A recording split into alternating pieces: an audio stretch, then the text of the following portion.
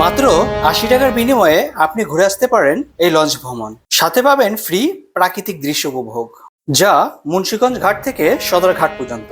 যে পথে চোখে পড়বে বিলাসবহুল অট্টালিকা, চোখ ধাঁধানো মসজিদ, বড় বড় লঞ্চ এবং সাথে ফেরি পারাপার। আমি এখন আছি মুন্সিগঞ্জ লঞ্চ টার্মিনাল, যা ধলেশ্বরী নদীর ওপর।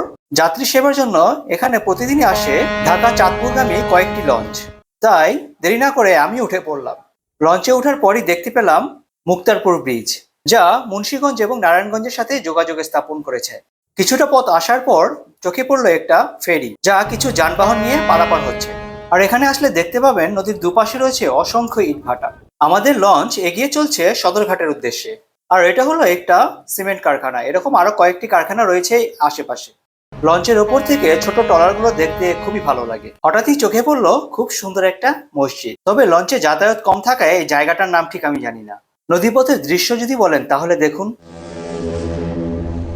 আমি এখন আছি ধলেশ্বরী রেলওয়ে সেতুর খুব কাছে, যা মূলত ঢাকা মাওয়া পদ্মা রেল সংযোগের জন্য তৈরি।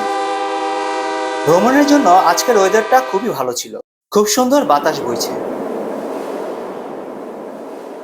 একটু লক্ষ্য করে দেখুন, এখানে রয়েছে কয়েকটি বিলাসবহুল অ্যাপার্টমেন্ট, যা দেখতে খুবই বিশাল। আর এর পাশেই রয়েছে ছোট্ট একটি খুব সুন্দর মসজিদ। আমরা এখন পাগলা ফতুল্লা পার হয়ে অবস্থান করছি বুড়িগঙ্গা নদীতে।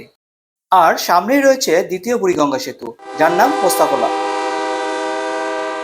শ্যামবাজার পার হওয়ার পরই আমাদের চোখে ভাসছে সদরঘাট লঞ্চ টার্মিনাল। আর স্ক্রিনে যেটা দেখতে পাচ্ছেন সেটা হচ্ছে কালীগঞ্জ তেলঘাট। কিছুটা সামনে দেখা যাচ্ছে আলম টাওয়ার, আর উল্টো পথে দেখা যাচ্ছে সদরঘাট। সমস্ত যাত্রী নিয়ে আমাদের লঞ্চ এবার প্রবেশ করলো ঘাটে। আর আমি আপনাদের জানিয়ে রাখছি, মুন্সিগঞ্জ থেকে আমার এখানে আসতে সময় লেগেছে প্রায় 1 ঘন্টা 20 মিনিট।